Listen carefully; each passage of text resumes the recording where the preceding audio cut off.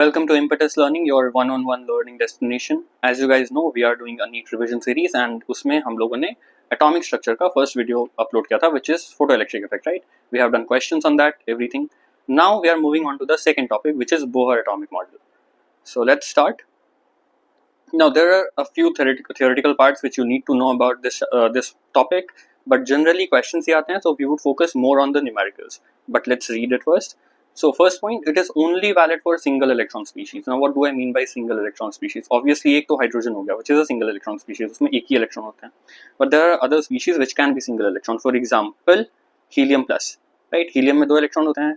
अगर एक निकाल लेंगे that it would be helium plus, like plus का sign आएगा, and it is a single electron species. Same way lithium 2 plus, then beryllium 3 plus. Usually ये तीन से ही क्वेश्चंस आते हैं. जनरली हाइड्रोजन से ही आता है, but if they ask something it would be lithium और beryllium. So focus on that. Now, the other part he said is that electrons, they revolve around a certain path which has whose angular momentum is quantized. So this ये path जो है इसको orbit बोलते हैं and इसका angular momentum quantized होता है, which is उसने ये question दिया mvr is equal to nh by 2 pi. mvr is your momentum and यहाँ पे nh by 2 pi, n would be the value which is quantized here, right? h by 2 pi is तो constant है. n की जगह पे आप अलग अलग वैल्यूज डालोगे 1 2 3 4 जो भी है. Now the other thing he said is energy of electron does not change during movement. Correct. जो हम लोगों ने पहले देखा था कि रदरफोर्ड का मॉडल का क्या प्रॉब्लम था कि वो कोलैप्स हो सकता था, राइट? होना चाहिए था एक्चुअली, बट उसके मॉडल के हिसाब से. सो इन्होंने बोला क्योंकि फिक्स्ड पाथ में मूव कर रहा है तो energy does not change. This fixed path is obviously called as orbit. Now energy change अब कब होगा? So let's say this is your nucleus. इसमें ऑर्बिट होगा, first orbit, second orbit. Electron है जो फर्स्ट ऑर्बिट में है, राइट? यहाँ पे कहीं. अब इसको अगर फर्स्ट से सेकंड में जाना है, सो ऑब्वियसली इट हैज इस इलेक्ट्रॉन इस ऑर्बिट का कुछ एक एनर्जी होगा, लेट्स से E1, इसका एक दूसरा एनर्जी होगा E2, इसका एक तीसरा एनर्जी होगा E3. So if the electron has to go from this orbit to the next orbit, energy change हो रहा है, right? So the energy change only happen when there is excitation of electron, और let's say कोई third orbit में है और उसको second में आना है या फर्स्ट में आना है, और D excitation of electron, let's call it. Okay. So every orbit has its energy, E1, E2, E3. This is the basic part of the video. Now coming to what this energy is, right? इसको energy निकालना होगा, calculate करना होगा, उसी से questions आते हैं. So energy obviously is kinetic energy plus potential energy that the electron would have.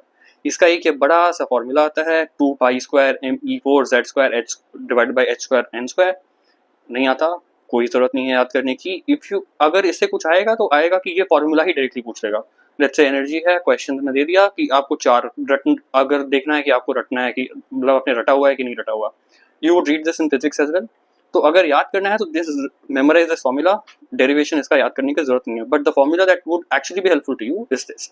C 2 pi square, this m is mass of electron, m is equal to mass, E is equal to charge of electron, correct?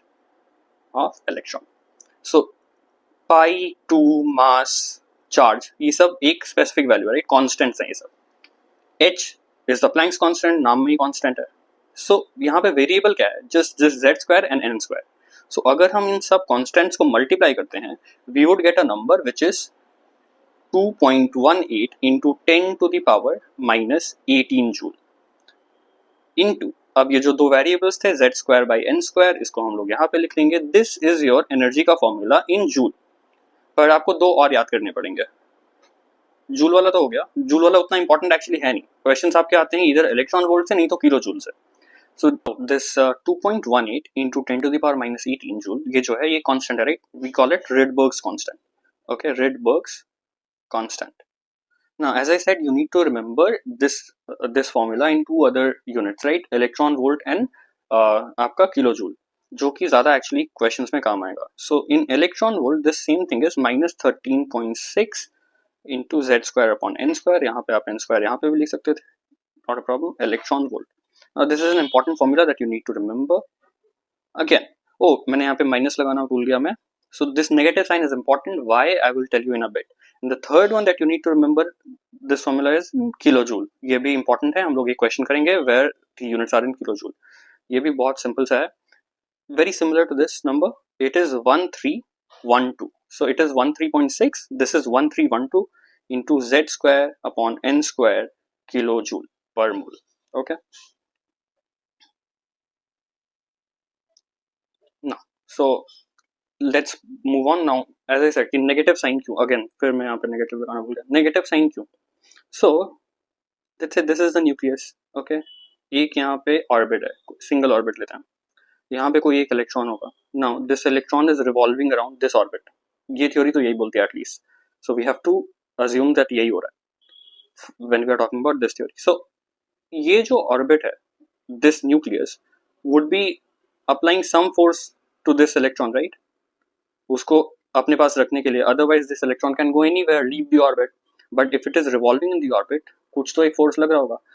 अगर कोई चीज circle में move करती है तो अंदर की तरफ जो फोर्स लगता है उसको क्या बोलते हैं? Centripetal force, right? So this centripetal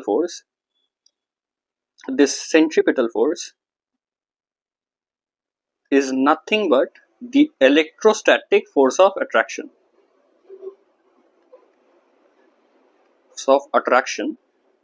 That the nucleus and electron have between them. Correct? Now we know that centripetal force and electrostatic force of attraction equal होंगे. उसको हम लोग बाद में यूज करेंगे. But understand this point. जो मैंने बोला था ना कि वो नेगेटिव साइन क्यों आ रहा है. Electron in a free state infinity पे we consider its energy to be zero. Correct? अगर वो ये ऑर्बिट छोड़ के इंफिनिटी पे चला गया तो जब जहां पे इंफिनिटी पे उसकी एनर्जी जीरो होगी. We assume that. So now यहाँ पे उसकी कुछ एक एनर्जी होनी चाहिए, right? Now this is bound to the nucleus by some force. So to remove it you need to put some energy, like give it some energy. उसके बाद ही ये रिमूव होगा. तो अगर आपको इसको इन्फिनिटी पे ले जाने के लिए कुछ एनर्जी रिक्वायर्ड है और इन्फिनिटी पे जाके इसकी एनर्जी जीरो हो जा रही है, दैट मीन्स यहाँ पे इसकी जो भी एनर्जी होगी that has to be notionally negative. Correct? क्योंकि आप इसको एक पॉजिटिव एनर्जी दे के जीरो पे ले जा रहे हो. अंडरस्टूड? Now moving on. ये चीज को हम लोग थोड़ा एक्सपैंड करते हैं, राइट? इससे हम लोग के थोड़े फॉर्मूलाज आएंगे. सेंट्रीपिटल फोर्स का हम लोग को फॉर्मूला क्या पता था? mv²/r. ये हम लोगों ने फिजिक्स में पढ़ा था, आपने पढ़ा होगा definitely. Electrostatic force of attraction क्या होता है? वही kq1q2/r². अब यहाँ पे q1 क्या होगा? q1 would be your nucleus का जो भी चार्ज होगा. तो you understand that it has to do something with the atomic number, क्योंकि एटॉमिक नंबर जितना ज्यादा होगा न्यूक्लियर का चार्ज उतना ज्यादा होगा. एंड यहाँ पे तो हमेशा इलेक्ट्रॉन ही होगा, तो this q2 would be always be. So it you can also right it kZe into E. Correct? इधर से फॉर्मूला आएगा. You don't have to derive it. I'm not gonna derive it in this video क्योंकि काम का भी नहीं है, and second like बहुत लंबा हो जाएगा video. So if you want to derive it, यहाँ से R निकल जाएगा, यहाँ से V निकल जाएगा. So find it out yourself. I'm not going into that. मैं आपको डायरेक्टली फॉर्मूला बता रहा हूँ जिसका एप्लीकेशन आपको लगेगा. So the formula of R is equal to 0.529 into n square upon Z into 10 to the power minus 10 metre. ये आपका आएगा मीटर में. मैं बोलूंगा ये मीटर वाला याद रखो, इजी हो जाता है करने के लिए. बट एनसीईआरटी ने ये चीज लिखा है पिकोमीटर में, and picometre this is 52.9 picometre. तो आप एनसीईआरटी वाला याद रखो क्योंकि उधर से क्वेश्चन आने की ज्यादा चांसेस है. फिजिक्स में this would be very helpful. In chemistry 52.9 picometre would be very helpful. So remember this. Now ये जो आपको मेन याद रखना है कि n²/z है. यहाँ पे पिछले वाले फॉर्मूला में क्या था? देखो z²/n² था. तो ये दो एक डिफरेंस है. वेलोसिटी में थोड़ा और एक डिफरेंस है. We would do that. Now velocity का फॉर्मूला ये और ज्यादा काम का नहीं है, इससे बहुत कम क्वेश्चंस आते हैं, रेयरली कभी क्वेश्चन आता है. But it is v is equal to 2.18 into 10 to the power 6 z upon n metre पर second. Correct? Now this z upon n n² z, तो हम लोग एक जगह पे लिख लेते हैं सारे. एनर्जी में क्या है? z²/n². रेडियस में क्या है? अभी हम लोगों ने देखा. Just showing you again so that you can remember it. n²/z. Say it again, n²/z. And what do we have in velocity? v is equal to z/n. तो ये तीन आप याद कर लो. Rest you can figure it out, right? Constants तो याद हो ही जाएंगे. So now let's start with questions. This is the first question. क्या बोल रहा है? Energy of second Bohr orbit of hydrogen atom is -328 kilojoule per mole. Hence the energy of fourth Bohr orbit would be. Simple question, कुछ नहीं है इसमें करने को. सेकंड का दे दिया है, फोर्थ का पूछा है. But it can be solved in one line. Actually, you don't even have to use your pen to solve this question. But someone who is seeing this question for the first time NEET में, वो क्या करेगा? He will first make a equation E2 में क्या होगा लिखेगा, क्योंकि यहाँ पे किलो जूल पर मोल है, then 1312 z square by n square, right. फिर एक E4 का इक्वेशन बनाएगा, same 1312 z square by n square, फिर दोनों को डिवाइड करेगा, करेक्ट. चलो ये दोनों गया z स्क्वायर से z स्क्वायर गया, क्योंकि ये तो कांस्टेंट ही है, right. The only thing that will come out to be is 1 by n square. यहाँ पे लेट्स से n1 मान लेते हैं, इसको n2 मान लेते हैं. सो E2 by E4 would be, ये ऊपर चला जाएगा क्योंकि यहाँ पे नीचे था, ये नीचे रहेगा. सो n2 का स्क्वायर बाई n1 का स्क्वायर, करेक्ट. अब ये यहाँ पे इतना इजी है, बट अगर सोचो आप पहले एक इक्वेशन बनाते, उसको पूरा सॉल्व करते, सेकंड इक्वेशन बनाते, पूरा सॉल्व करते, होता नहीं, राइट. अब यहाँ पे लिख लेते हैं, आपको E2 का वैल्यू दिया हुआ है विच इज -328 किलो जूल पर मोल. E4 आपको नहीं दिया, E4 आपको निकालना है. नाउ n2 स्क्वायर यहाँ पे जो है that is the second part which is the fourth orbit, right. n2 यहाँ पे फोर्थ ऑर्बिट के बारे में पूछा था. सो 4 का square by n1 square which is आपको दिया कौन सा था, सेकंड ऑर्बिट. सो 2 का square, correct. So this is 16/4, या फिर जिसको बोल सकते हैं 4. तो E4 क्या हो जाएगा, ये इधर आएगा, इसको नीचे जाएगा. E4 is equal to -328/4. So क्या आएगा answer, 82, correct. Let's see if one of the options match. 82 first option मार दिया, नहीं मारना था, राइट, क्योंकि -82 is the correct answer. Energy के सामने में हमेशा एक नेगेटिव साइन रहता है, and this NEET does all the time. वो आपको इस तरह के कंफ्यूजिंग ऑप्शंस देगा. आपने पहला ऑप्शन देखा 82 लगा दिया, congratulations, you are starting with -5. नहीं करना है, चारों ऑप्शंस पढ़ना है, then mark the correct answer. So fourth is the correct answer, not this one. अब ये क्वेश्चन आप ऐसे भी कर सकते थे. लेट्स से आपको यहाँ पे पता है फोर्थ ऑर्बिट, यहाँ पे पता है second orbit, right. Second orbit का स्क्वायर आपको पता है, यहाँ से बस इनका काम है, बाकी सब कुछ तो कांस्टेंट है. तो आप सोच लेते फोर्थ ऑर्बिट 16 हो रहा है, सेकंड ऑर्बिट का 4 हो रहा है, डिवाइड करते क्या आ रहा है 4, उसी से डिवाइड कर देते, बिना पेन चलाए क्वेश्चन सॉल्व हो जाता. But that comes when you have practised it like 5 times, 5 different types of questions, इस तरह के, मतलब अलग अलग, कोई एक हाइड्रोजन देखे होगा, कोई एक हीलियम देखे होगा, कोई एक लिथियम देखे होगा, right. When you have solved it 4-5 times before, तब नीट में ये आपको तुरंत दिमाग में आएगा, 1 सेकंड में आप आंसर लगा के आगे बढ़ जाओगे. So moving on to the next question, what is this, the ratio of difference in energy between the first and second Bohr orbit to that between the second and third Bohr orbit. आपको एक ratio निकालना है, क्या difference between first and second, मतलब उनको minus करना है, right. So E1 minus E2, E1 being the energy of first Bohr orbit, E2 being the energy of second Bohr orbit, उसका रेशियो लेना है of the difference between second and the third Bohr orbit. So E2 minus E3. This is simple question you need to solve, right. अब E का general formula क्या होता है, Rydberg constant is there minus then z square upon n square, correct. अभी देखो यहाँ पे ये तो कांस्टेंट है, plus z square is also constant, क्योंकि हम लोग सेमी एटम के बारे में बात कर रहे हैं, तो इन दोनों का हमको काम नहीं है, right. We can just say E is proportional to 1/n square, हमको बस उतना ही काम है यहाँ पे. सो E1 can be brought down to 1/n1 square which is 1 square minus E2 can be brought down to 1/2 square, correct. Similarly यहाँ पे हो जाएगा 1/2 स्क्वायर माइनस 1/3 स्क्वायर, करेक्ट. अच्छा, माइनस प्लस का इधर में कोई झमेला नहीं है, मतलब सामने में जो भी है, क्योंकि इट्स अ रेशियो, ऊपर नीचे सब कैंसिल आउट हो जाएगा. So this is 1/1 minus 1/4 upon 1/4 minus 1/9. अभी आप इसको सिंपली सॉल्व कर लो, क्या हो जाएगा, यहाँ पे एलसीएम लोगे तो यहाँ 36 हो जाएगा, नीचे में ऊपर में क्या है 9 माइनस 4, और इधर में क्या होगा, अगर ऊपर में क्या होगा, इट वुड बी सिंपली 4 नीचे में आएगा, तो 4 minus 1 3/4, correct. So you get 3/4 into 36/5, right. तो 4 से यहाँ पे गया, यहाँ पे 9 आता है, राइट. 9 3 जा 27, 27/5 इज द आंसर. देखते हैं कोई ऑप्शन मैच होता है क्या.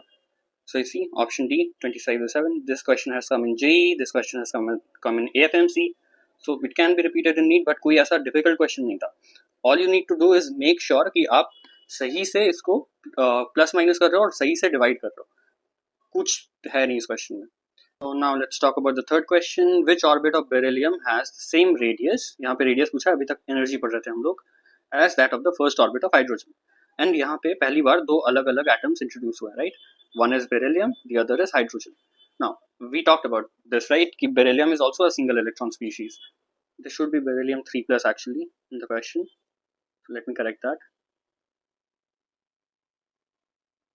So जो हम लोगों ने बोला था कि बेरिलियम में 4 इलेक्ट्रॉन्स होते हैं, right, because it's atomic number is 4, उसमें से 3 निकल गया, that is why 3 plus, so it became a single electron species. So let's solve this, but before this let's revise the radius का formula because it has been some time. So we have done it here, right? R is equal to 0.529 या फिर 52.9 picometer n square by z. यहाँ पे difference क्या है? Energy में था n square by z square. Here it is, sorry, z square by n square. Here it is n square by z. We have done this here, right? n square by z. हमको इसका ही काम लगेगा क्योंकि again compare करना है. So let's solve this question. आपको क्या बोला है? हाइड्रोजन के फर्स्ट ऑर्बिट का रेडियस क्या is same to which orbit of beryllium. So पहले सबसे हाइड्रोजन का निकाल लेते हैं, फर्स्ट ऑर्बिट का क्या होगा. So r is equal to a naught which is your constant जो वहाँ पे 52.9 पिकोमीटर था, but we don't need to put values here, into क्या था, yes, n square by z. Now this is for hydrogen, so r is equal to a naught. Why? Because n square means first orbit ले रहा है, so it is 1 square, and z for hydrogen is 1, so 1 by 1 is 1, so it comes out to be a naught. Now let's do it for beryllium. For beryllium, by the way, these two radiuses are same, that is given in the question. For beryllium it would be a naught into n square. We need to find this out. This n is the question, that is what we need to find out, upon z. Beryllium का atomic number क्या है? 4. So let's put it this way. अब ये बोल रहा है कि this radius and this radius is same according to the question. So all we need to do is do this. A naught is equal to a naught into n square by 4. Now a naught से a naught cancel हो गया, 4 इस side में जाएगा, so n square is equal to 4. n की value क्या आ जाएगी? 2. That is your answer. Let's see if one of the options match. Yep, option D, 2 हो गया. That is it from this video. Obviously you need to solve more questions, right, from this topic. These 3 are not enough, and for that we have our test series, right? You can get it for free on our website. We her chapter जो हम लोग पढ़ाएंगे उसकी आपको chapter wise test हमारे website पे मिल जाएगा. सो just go there. It's completely free. You just have to register and solve that. Then this chapter would be complete. Thank you.